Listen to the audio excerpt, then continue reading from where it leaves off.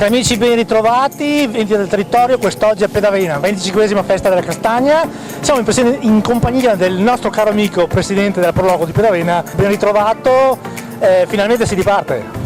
Grazie, intanto ti ringrazio a te anche perché sei sempre stato disponibile per noi e a noi ci fa molto piacere.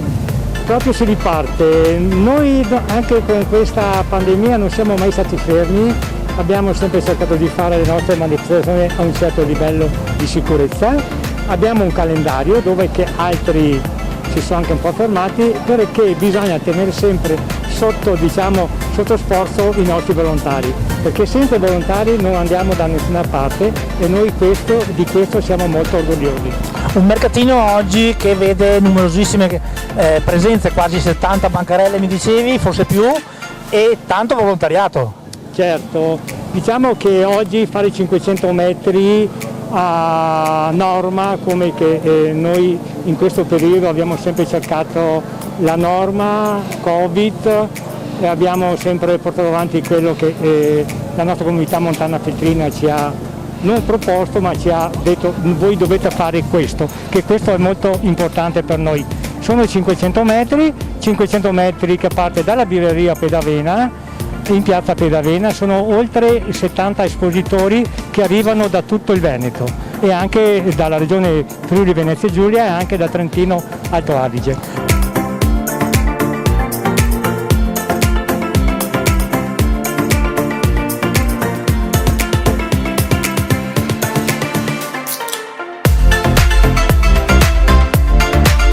Pedavena oggi dà una grande dimostrazione di volontà di ripartire. La 25esima castagnata organizzata dalla Proloco di Pedavena è indubbiamente un modo per far vedere alla comunità che se si vuole si può ripartire rispettando quelle che sono le norme legate alla sicurezza sanitaria e che ci permettono oggi di avere qui dei grandi ospiti e un appuntamento importante per la comunità feltrina. Sindaco, sappiamo che l'amministrazione comunale è sempre vicina a tutte le associazioni.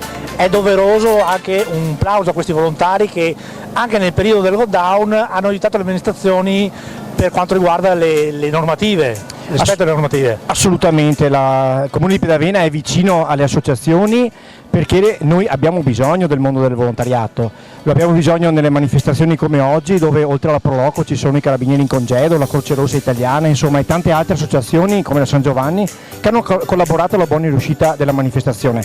Non dobbiamo dimenticarci quello che è successo durante il lockdown dove abbiamo visto le nostre associazioni, gli alpini, la protezione civile che ci hanno aiutato per portare i pasti alle persone bisognose, alle persone che avevano perso il lavoro, alle persone che avevano bisogno comunque di una vicinanza e quindi di un sussidio anche psicologico per poter ripartire e avere comunque un conforto anche in un periodo in cui ci si sentiva purtroppo troppo soli.